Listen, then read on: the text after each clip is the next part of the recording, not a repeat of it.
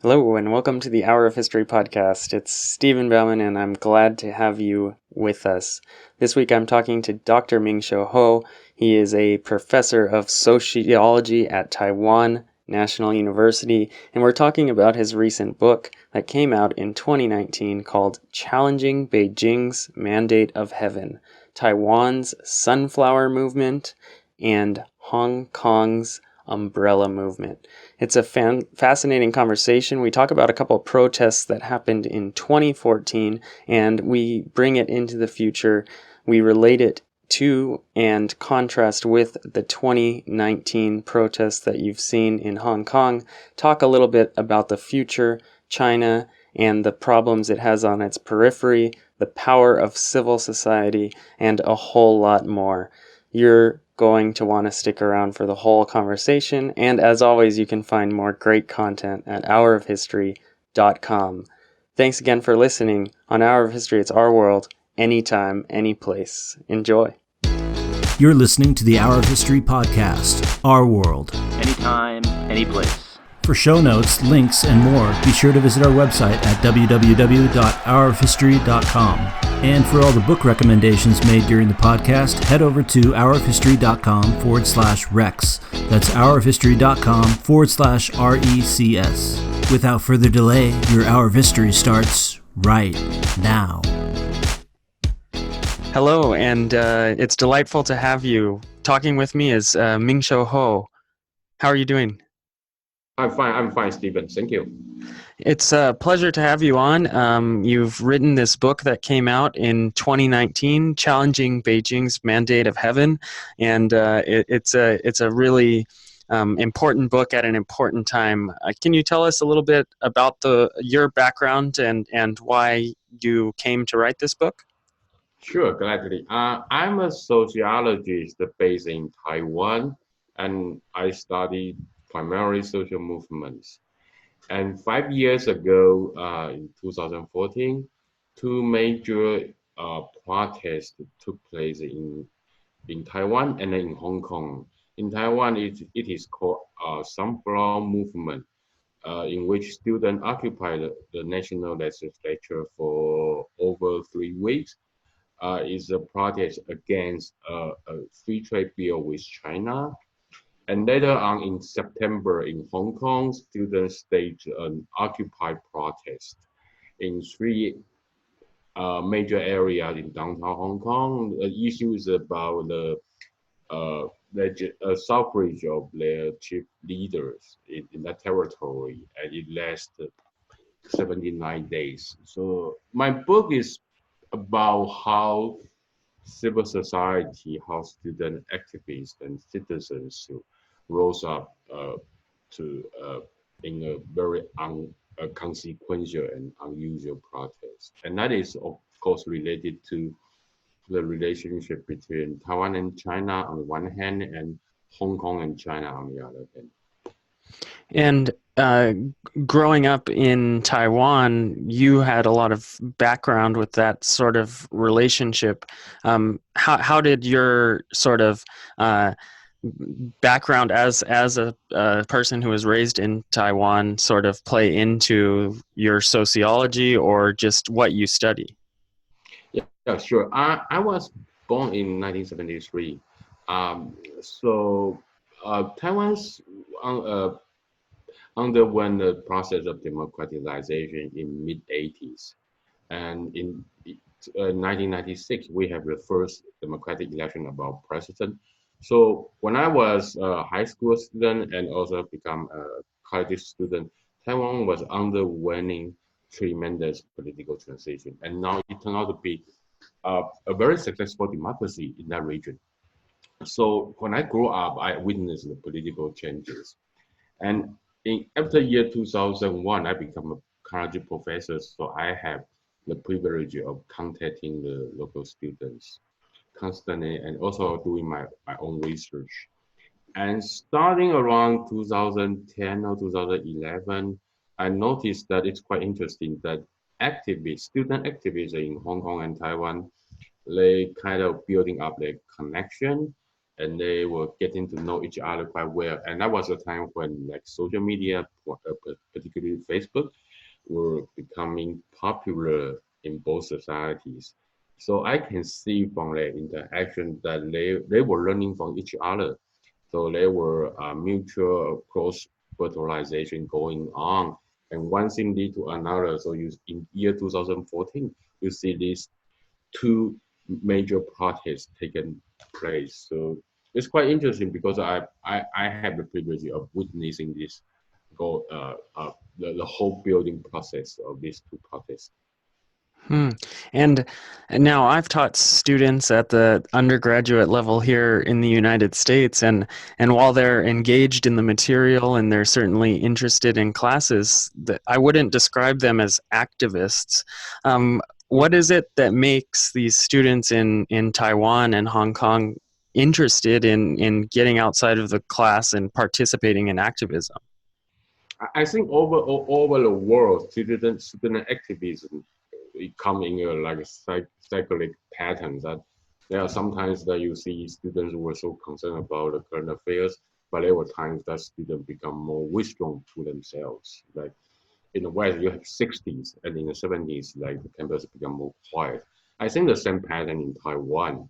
Like as I said, in the late 80s, in the early 90s, when I was still students, the student movement was a big thing in the campus. But later on, it become quite a being quiet then. And so I'm talking about the periods of mobilization. But what happened in Taiwan and also currently in Hong Kong, you see that uh, there is a new cohort of students and some ex-student because they graduate.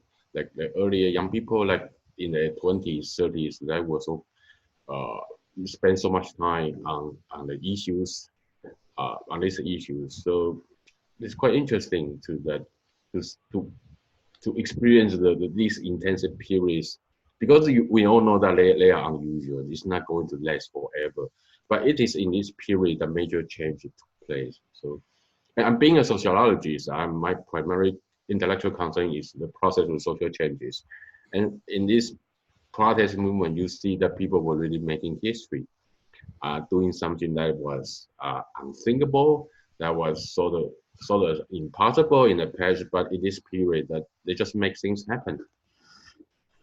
And can you describe for some of the listeners who maybe weren't aware or weren't following the Sunflower Movement, what kind of activism was happening? What did the student protests look like? Were the feelings? Was there fear? Was there anger? Was there hope? Yeah.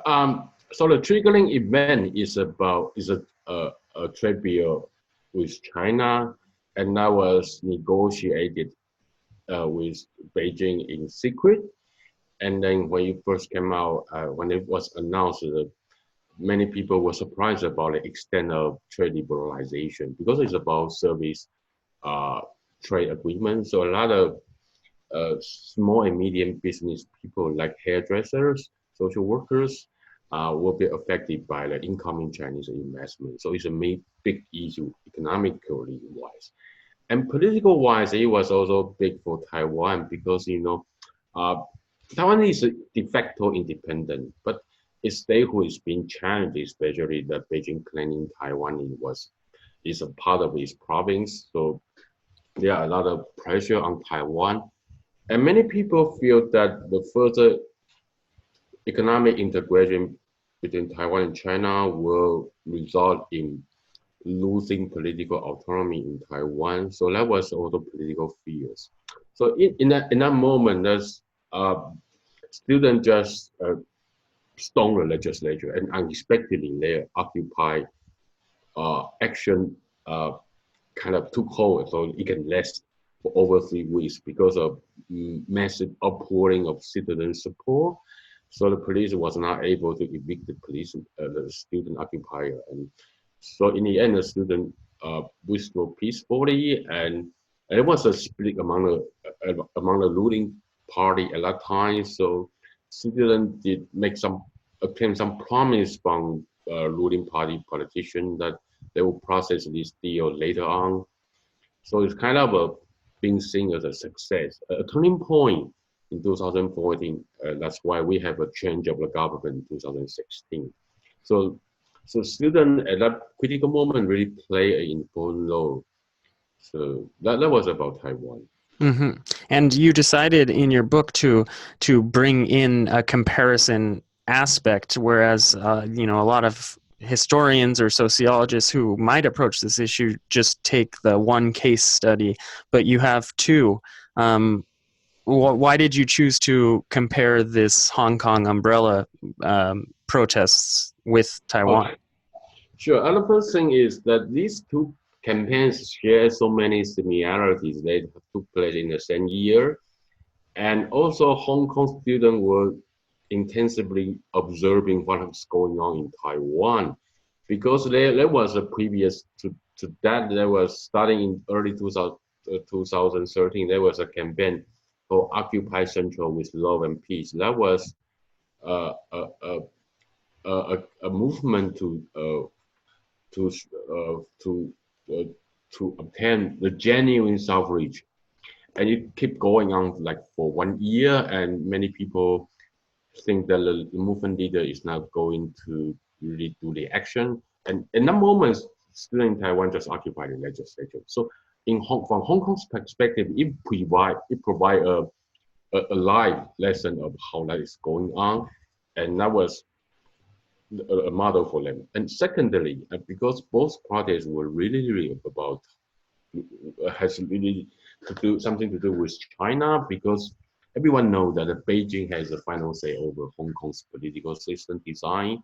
Whether Hong Kong can really elect the top leader is really something that is going to be decided by Beijing. So you see the similarity here. So I'm lucky to witness these events in Beijing, Taiwan, and I saw that so many things to compare is quite interesting because, and also like as I said, Taiwan protest in Taiwan ended peacefully, and students claim it's a success.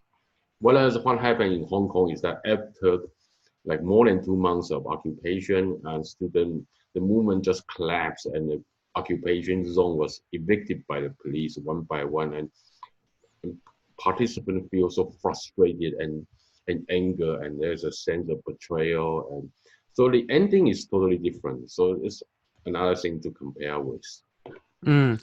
And one of the things you do in the book is you break it into these 6 different key puzzles, Mhm. and it sounded like one of them there kind of came out this sort of hopelessness in protest.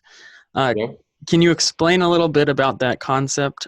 And hopefully we can get to all 6 and then eventually get to the present day. We've got a lot of ground to cover. It's a fascinating topic. But Yeah, what that's is right. this hopeless protest? Well, regularly let people join a campaign or protest. They done that in the sense that they are going to win it. It's quite regular. It's quite common. It's everyone's psyche that you don't do something that you don't think is now worthy, or it's like a long shot. People won't go for it. Like, and so in sociological theory, we have a term for that. It's about political opportunity. Whether there's a chance of success, whether the cost of action is low, and in that case, people will more be willing to join the action. But what happened on Taiwan and Hong Kong is that drastic action took place in a moment when people think it's not possible.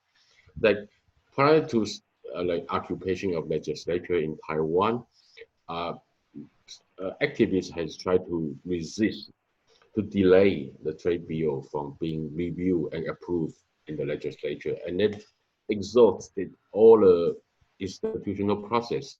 Like there are 20 public hearings, and then a lot of questions being raised, but the ruling party just ignore that and decided to push through the process in legislature. So citizens actually went into the legislature the day after it was being re- reviewed in the second reading. So people know that it's not going to be successful. But what happened is that because of the action done by the ruling party at that time, that really made people angry and feel that something is being sacrificed. So the sense of urgency, the sense of being threatened, also is really actually a triggering effect. Whereas in Hong Kong, as I said, the campaign for the Occupy Central for peace and love, the campaign didn't really go nowhere. And in August 2014, the Beijing announced the plan for legislation for how to elect the top leader. And it was a major disappointment for people in Hong Kong who thought that they might be given genuine suffrage. So you see that students really took action in the moment, and that they see no hope. And what happened is that I think in both society, leaders in Hong Kong and Taiwan were making huge mistakes. Like in Hong Kong, September 28th, that the police used tear gas to disperse the peaceful crowd. And everyone saw that on the TV, and everyone become upset. And so that was another big issue, that people feel threatened, and they think that if they are not going to take action right now, they are not going to have any chance later on. So the sense of urgency, the sense of being threatened is really a triggering event. So people went there not because they think they may convince the leader to think otherwise, but they think they have to defend something really important. It's interesting, and it's interesting too. This sense of defending something important, yet the sort of genesis of the movement is coming from younger people. What about, and this is also one of your six puzzles, is this radicalism in conservative societies.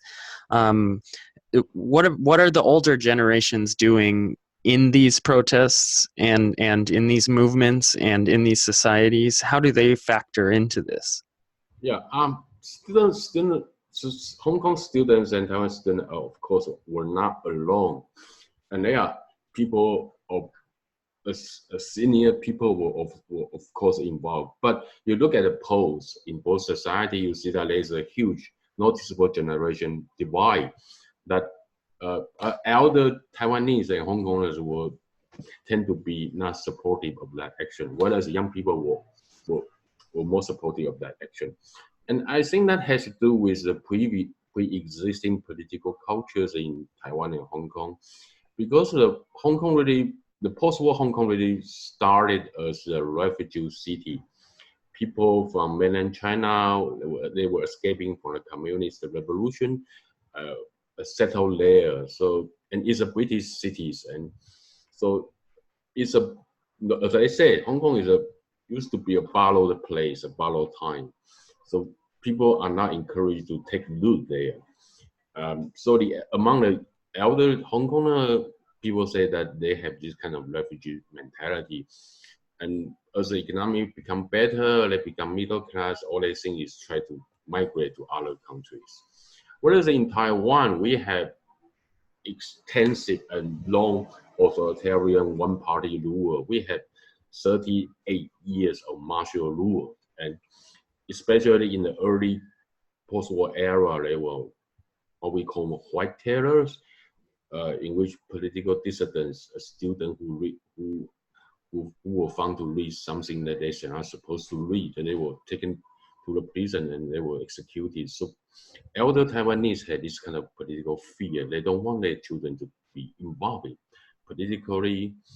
And also in both society, we were heavily indebted to the Chinese culture. We emphasize obedience to the authority. We don't have really a tradition of like civil rights movement, and even the notion that you can resist the authority rightfully, I mean civil disobedience, is an alien idea in this society.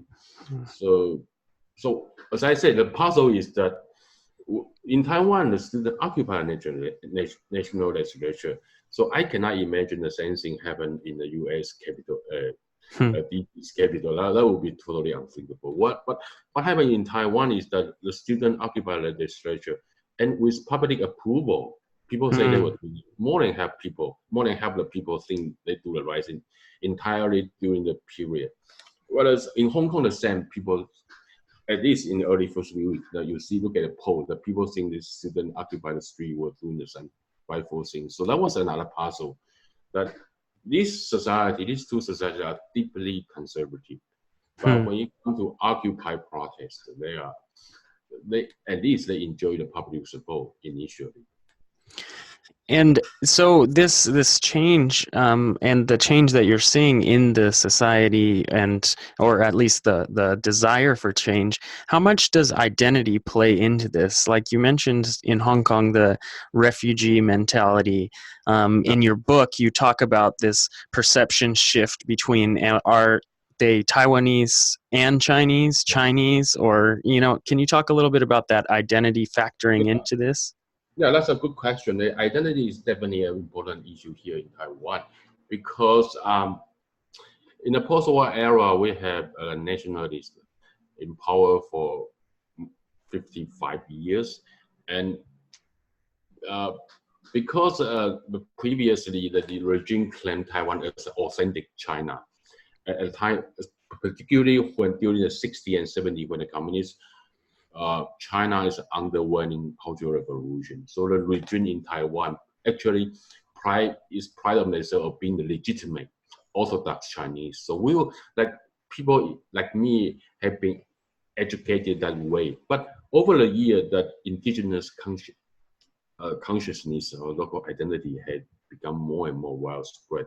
That more and more people think in Taiwan think that we inherited the Chinese tradition, but we also was part of the Japanese colony for 50 years. And previous to that, Dutch, Portuguese people came to Taiwan, and we have 2% of population who is indigenous people. They were Austronesian peoples. They were not related to Taiwan. So people in Taiwan become consciously that we are not really China.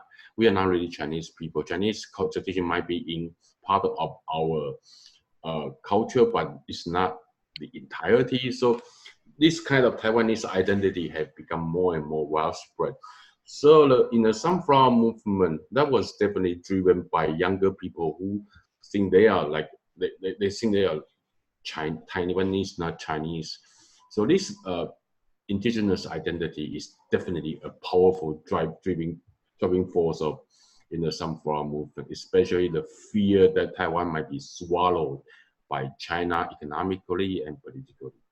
And in Hong Kong, I think we can identify almost the similar process in the making of the umbrella movement.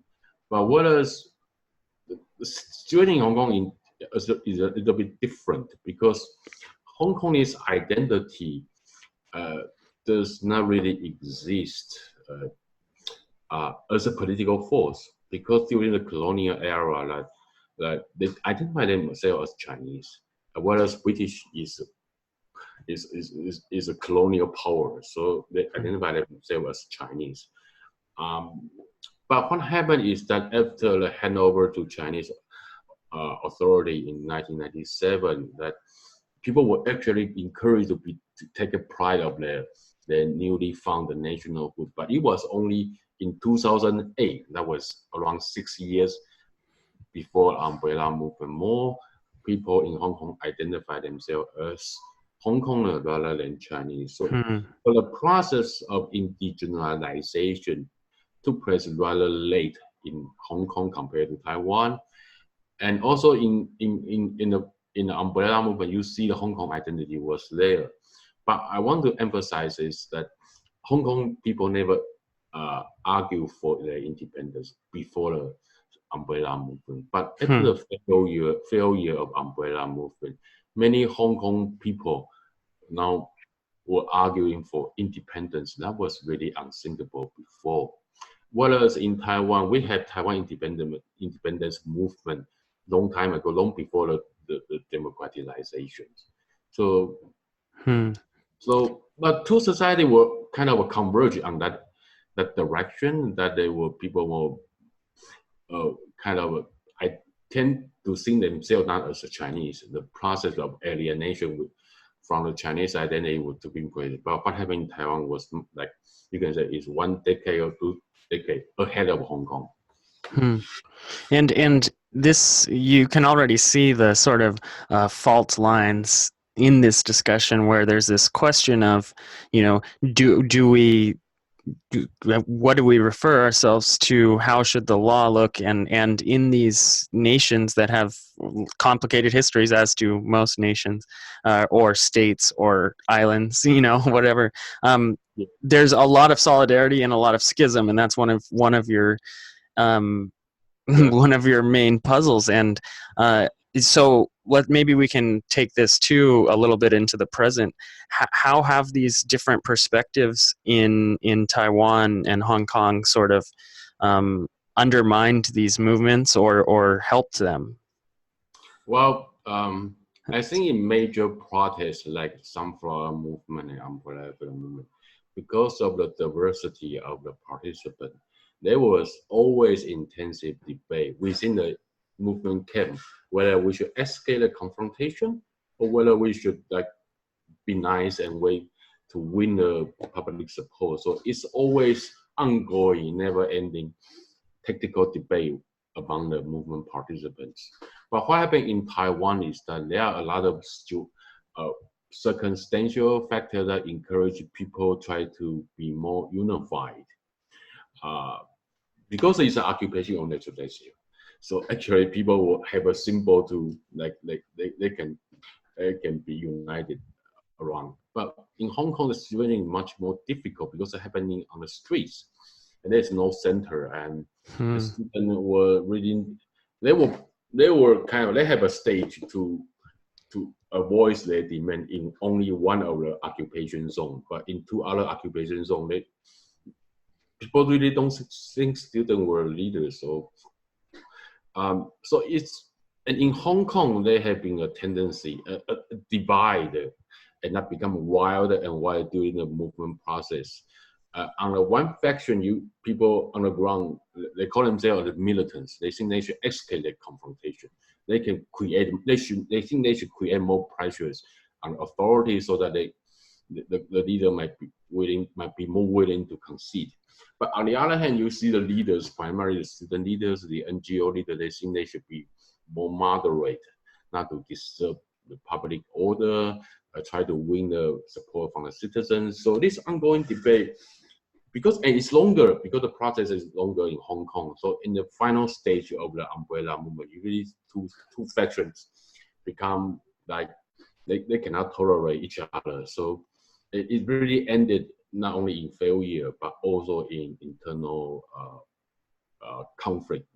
And it's interesting. So we have this we have this kind of exceptional movement or exceptional protest, and then the end result is fracture or even more disorganization. You say there was resolution, though, in some ways in Taiwan, like you mentioned before, and now today we see in Hong Kong the extradition is kind of that's not going to happen, but there's people who say we need to keep going. So what do we learn from studying these sort of exceptional revolutionary kind of events? But the funny thing is that both sides, even the government and the protesters, will try to learn something from the past. But actually, let me talk about in Hong Kong 2014 and before moving to what is going on right now. Because the Sunflower movement as a precedent, Hong Kong protest was kind of one of the reasons why they decided to be more moderate is that because of what happened in Taiwan is that the ruling party have a split. So, and they create an opportunity for Taiwan's protesters claim that some of the demand have been met. So that's why they can ask the people on the ground to withdraw peacefully.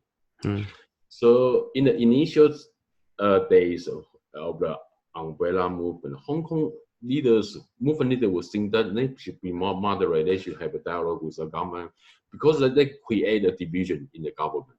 But not way. So actually Hong Kong people were learning Taiwanese lesson, but the lesson learned is not working well. But also the Hong Kong police is also learning from what happened in Taiwan because the occupation in Taiwan took place in a governmental building. It is in the national legislature. So one of the reasons that Hong Kong police decided to preempt the protest to launch the tear gas to disperse the protester on September 28, 2014 was that they think the protester is going to storm the governmental building, so they have to preempt that. But that actually backfired because that create more public angers and spontaneous occupation just took place. So you see the government and protesters in Hong Kong were learning the lesson in 2000 in Taiwan's Tumblr movement. And what's going on right now in Hong Kong is about a protest against an extradition bill in Hong Kong.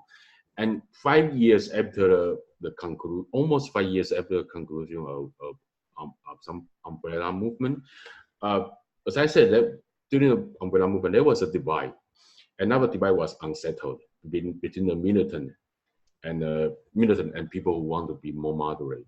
So, and people know that it was a divide that really doomed the protest 5 years ago. So, starting in early June this year, when the protest against extradition bill really gained momentum, there was an overarching consensus that some people is going to be more militant. They are going to be on the street building barricade and resist police eviction, and later involve more aggressive actions.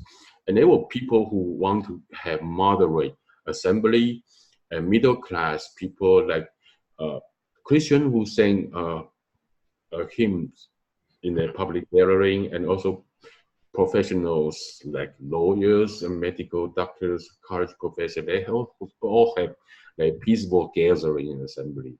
So you see that the campaign against extradition bill has different tendency, but they share overall consensus that we are all in the same campaign, and no one can speak for the campaign, and there's no right way to do that.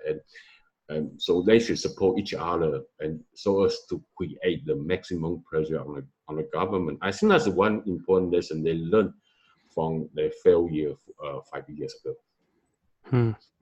And so from that, they're learning and drawing general lessons, but it seems like with both sides gaining more and more knowledge as they go, these events draw on a little bit longer each time and lose some of the steam in the international media and some of the outside support. Do you find that to be a theme, or is that a tactic that's being used to make things sort of draw on and lose themselves in the cycle? Yeah. I think that's the government response to sunflower movement and umbrella movement in 2014. That in both cases, the government tried to repress, try to evict the protest initially, but later on they know that they backfire. So what they do next is that they are not going to evict the protest, and it's a kind of I would call it a war of attrition.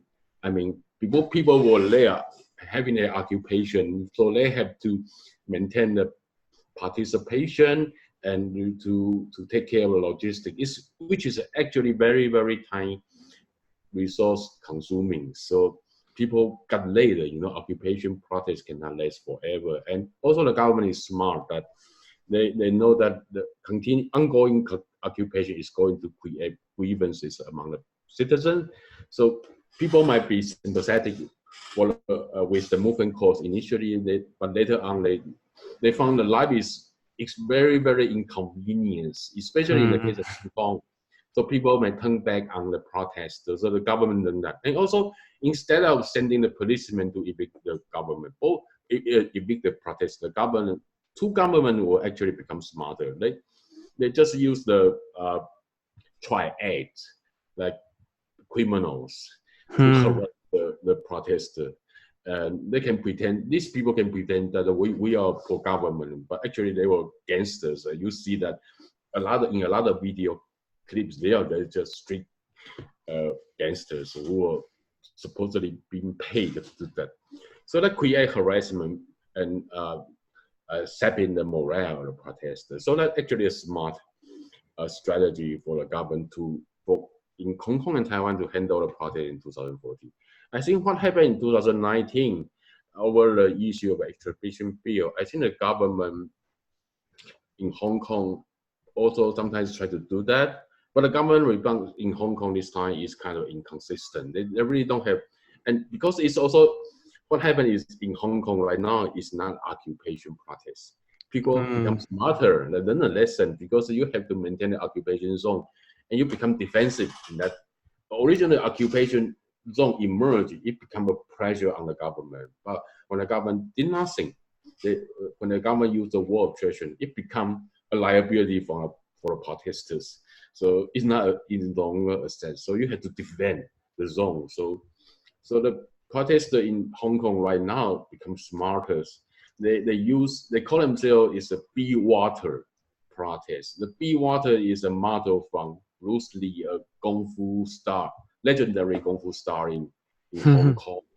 And be water means that you should be flexible, because it's actually kind of in the ancient classical Chinese philosophy that flexibility does not mean weakness. Actually, it can be more powerful, and being tough or being strong actually sometimes is brittle. So they call this kind of be water strategy. Every time when they were like overmanned, overpowered by policemen, people just run away. They are not going to occupy a zone. They indefinitely. So it's kind of a hit and run guerrilla style protest that really keep the momentum going on for the past 3 months in Hong Kong. And so now, if this protest style is, to be fluid and to be changing, how does that change the interaction with sort of social media? Because you talked about how, Hong Kong was watching Taiwan and sort of seeing how this occupation of the parliament worked in Taiwan. So then let's organize and go to a certain place in Hong Kong. But then it's hard. How do you organize if you're fluid? Well, that's the main puzzle here right now in Hong Kong, because in occupation protest, there are different kind of occupation protests. Like Occupy Wall Street, a very bottom up, horizontal, as they said, protest, meaning that they are not going to have a leader or spokesperson. So everything is decided by everyone. So it's kind of everyone have to be engaged. So it's very horizontal, very democratic, egalitarian. But in sunflower movement and umbrella movement, actually we have leaders and we have leadership. But the difference is that in Hong Kong, Taiwan's leader is much more effective because it's really about space issue, because the occupation took place in the legislature. So the leaders were in the legislature and they were in the spotlight, and people outside of the legislature, and they were like separated by the policemen, but people were there outside to support the people in the inside. But in Hong Kong, it's a totally different is that because it's a street occupation, and even if you have a stage there and the student leader can talk to the people there, student leader was not, they can have no commanding authority over the people who were there. So the leaders is weak, and a lot of decisions that have been made is not being executed well. So there's a leader during umbrella movement, but it didn't play the role of leaders well. And what happened in 2019 during the anti-extradition campaign is that there's no leaders. A lot of campaign, a lot of protests, a lot of assemblies were actually, some of them were like called or mobilized by established NGO. Like in Hong Kong, we have a civil rights front, which is very important, a coalition of NGO. And they have staged several big major assembly and march. But you see a lot of like protests were actually initiated in the internet, in the social media. Like, for example, they have a protest, in the airport, and for at least 3 days, a lot of flights have been canceled. So these protests were really like, I think they are smart, because the flight were canceled is going to be an international event. It's going to be reported globally, but these protests were actually people just in the internet just put forward the idea, and a lot of people say it's a good idea and just took action. And you see tens of thousands of people just terrorize the airport. It's very effective. So, and no one can be identified as the people who launched that action. And people when they're doing their thing, they sit on the ground peacefully. They greet the incoming traveler, tell what is going on in Hong Kong. They tell the foreign visitor how the truth about police brutality, and that is very effective. But no one, but you can identify a person, an organization is behind all these protests. So that's another lesson learned from the umbrella movement, because the leader sometimes cannot work. So why don't we just decentralize our movement, like discussion can flow freely from the internet forum and let people to decide what they saw the best. And what role now with the internet then does sort of misinformation or fake news play? Because it's certainly been flowing out of Hong Kong. I mean, any search on Twitter and you can immediately see things put out by both people sympathetic to what you would call. That's an interesting question, because my book is about protests in 2014. I think in 2014 we don't even have the term fake news popular. I think the fake news and this information campaign really become viral in 2016, especially after the Brexit and the election of Donald Trump. That was a turning point that how we see internet. But prior to that, I think even in the Arab Spring in 2011, social media were genuinely being seen as pro-democracy, facilitating social protests, especially in a lot of country area where information does not flow freely.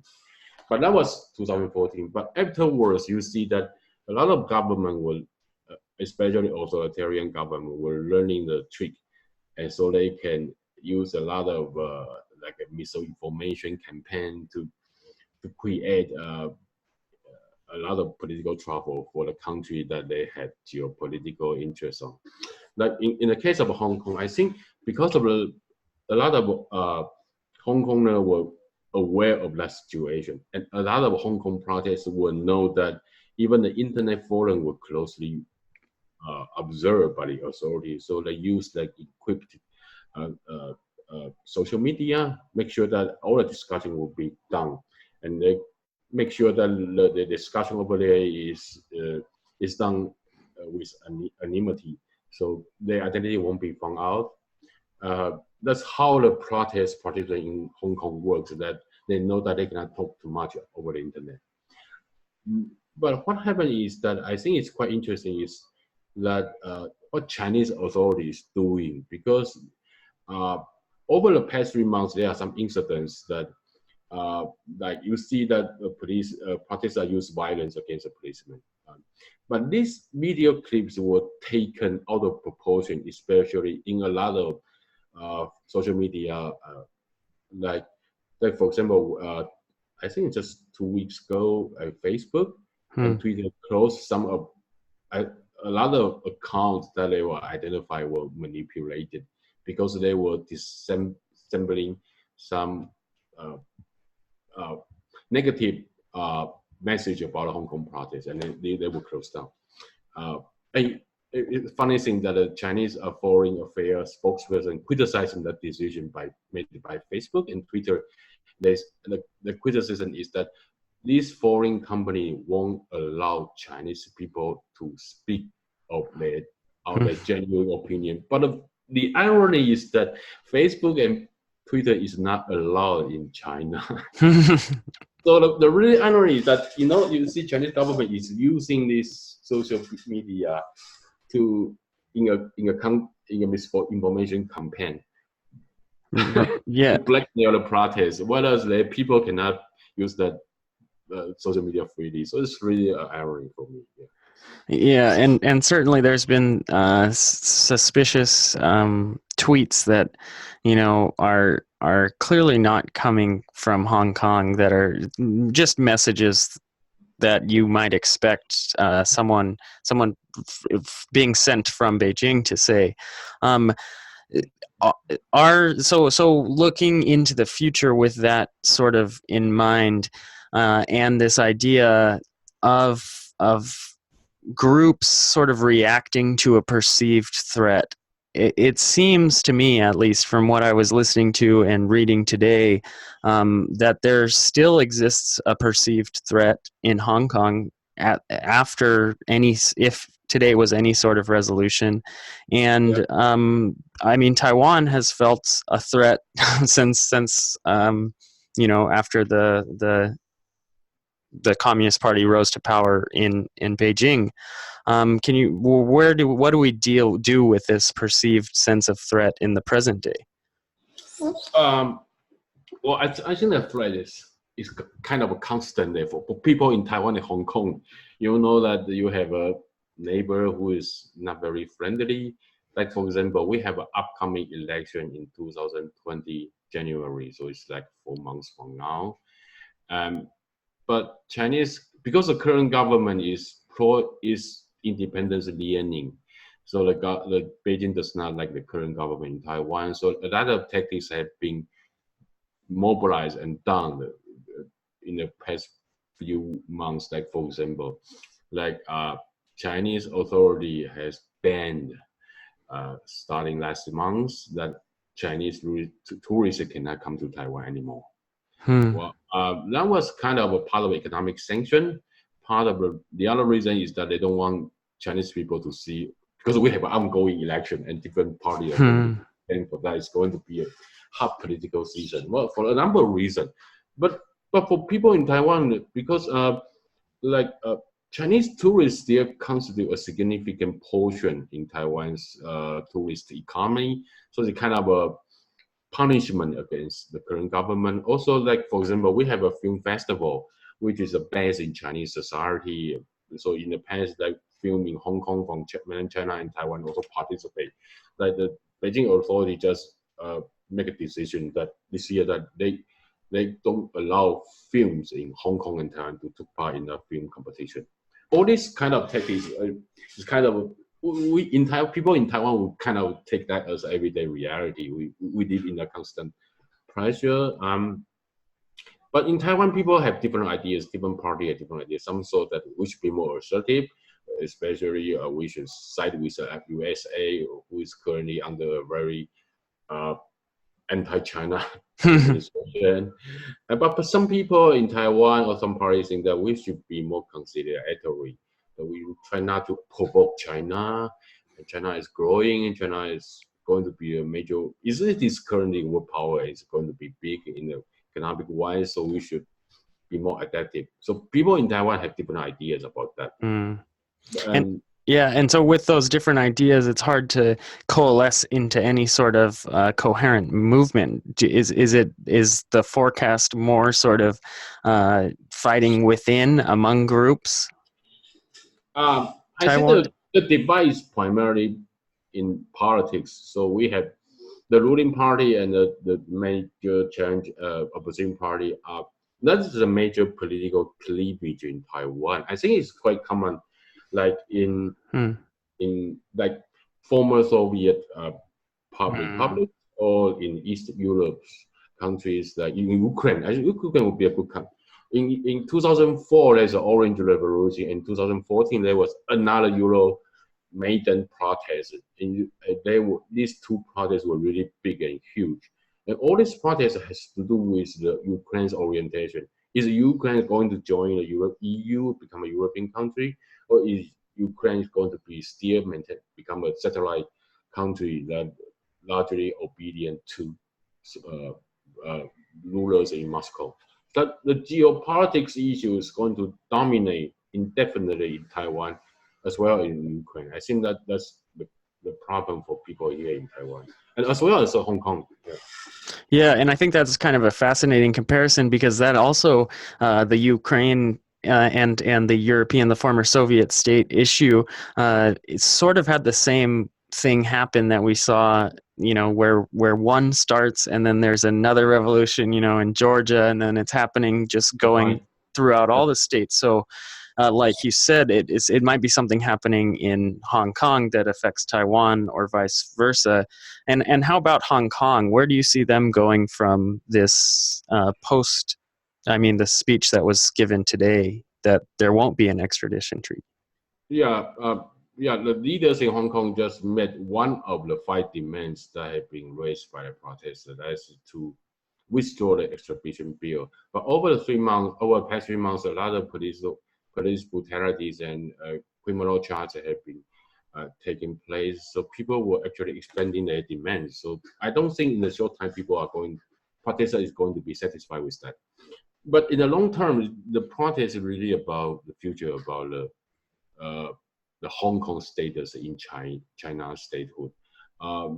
Legally, it's called one country, two systems, and it has a 50 years guarantee that's going to expire in 2047. And prior to that, Hong Kong people were promised they are going to have a genuine democracy after handover to Chinese in 1997, but it's more than 20 years, and they see that political liberty being eroded, speech freedom being eroded, a lot of the rule of law, one of the cherished core value being trashed. So people were really angry about that. So instead of, and that really, and at the same time, China under Xi Jinping is become more and more centralized and also authoritarian. And so that really went against the original expectation of Hong Kong people. They think that in the 80s, when British and the Chinese are negotiating over Hong Kong's future, that people can say, well, China is under reformist leadership, and maybe one day China become like Hong Kong. Well, what happened is that in Hong Kong has become more like mainland China. So this kind of anxiety and discontent is really a driving force. So it's not going to end with the extradition bill. So it's going to be there for indefinitely. And so I don't think that even if it's not about extradition, it's going to be a lot of issues like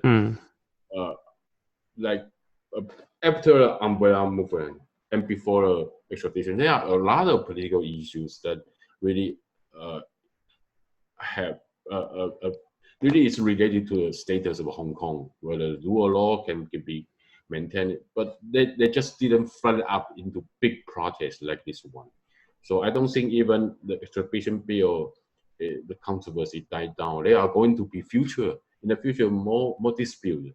And one thing that we haven't touched on, but might be interesting to get your perspective on, is the other sort of fires that Beijing is dealing with, whether it's in Xinjiang, the Uyghurs, or in Tibet, is an issue that people aren't really talking about. I mean, I guess China has been more successful in getting what it wants over there, and Macau, a situation that has some similarities but many differences from Hong Kong. How do those other China issues affect Hong Kong and Taiwan? Well, actually, that's an issue I mentioned earlier in the first few pages in my book, because we see the rise of China. But Chinese do have problem with its peripheries, because its periphery were mostly populated by minorities, or these like Hong Kong and Taiwan. We have been currently a foreign power in the past, so we like to go different ways with what is going on in China. So the main challenge for Chinese ruler is really in its peripheries. And Xinjiang's the re-education came in Xinjiang in Taiwan. It's really discussed a lot in Hong Kong and Taiwan, because they kind of see the dark future. And in the case of Xinjiang, Tibet, because one of the relevance for Taiwan is that just a minority of politicians in Taiwan argue that maybe we should sign a political agreement with Beijing to make sure that we can maintain our autonomy lifestyle, why so to escalate the tension in the Taiwan Strait. Some people advocate for that, but this advocacy will be challenged on the ground of Tibet. What happened? Because in 1949,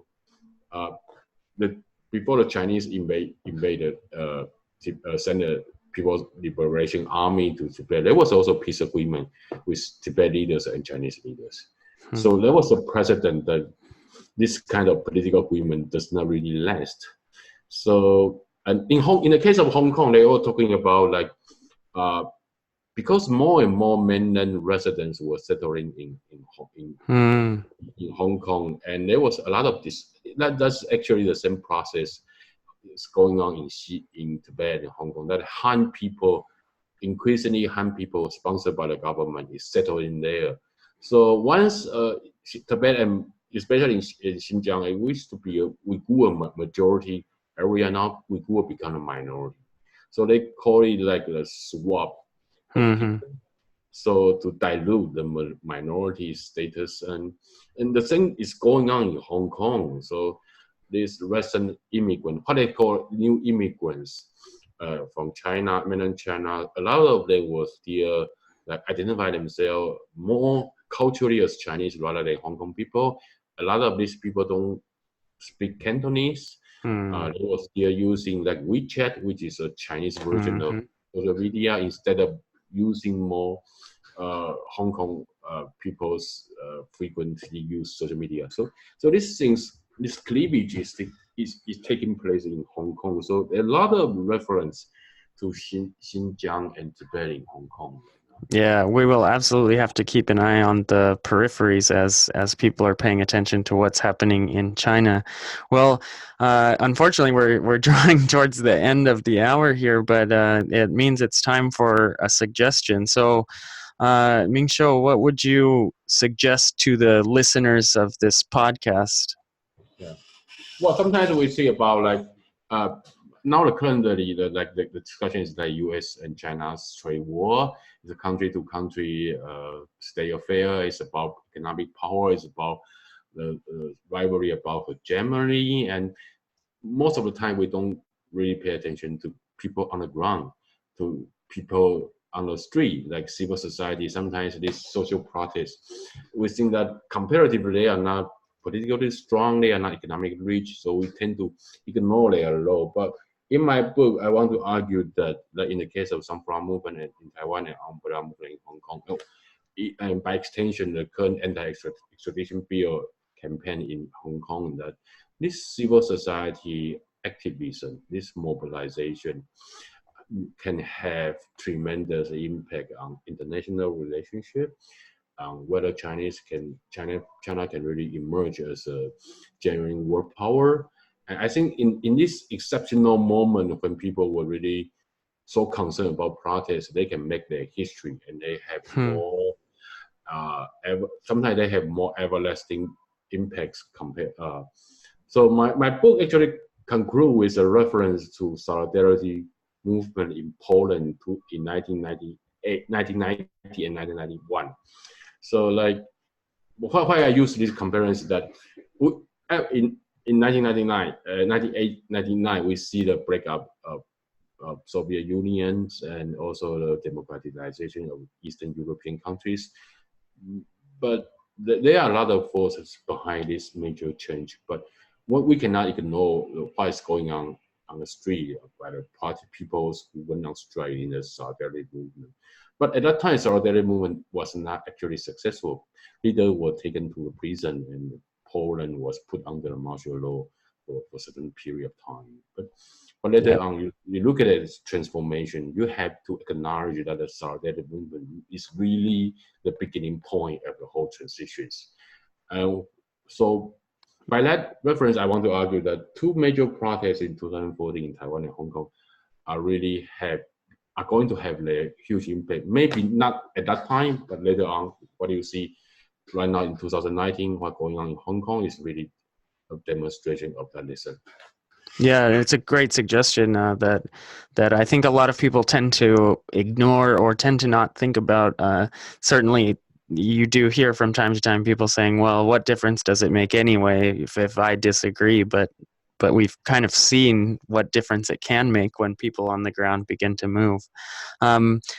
Thank you so much for joining us on the Hour of History. Is there anything else you'd like to add? No, I'm fine. I enjoyed the conversation with you, Stephen.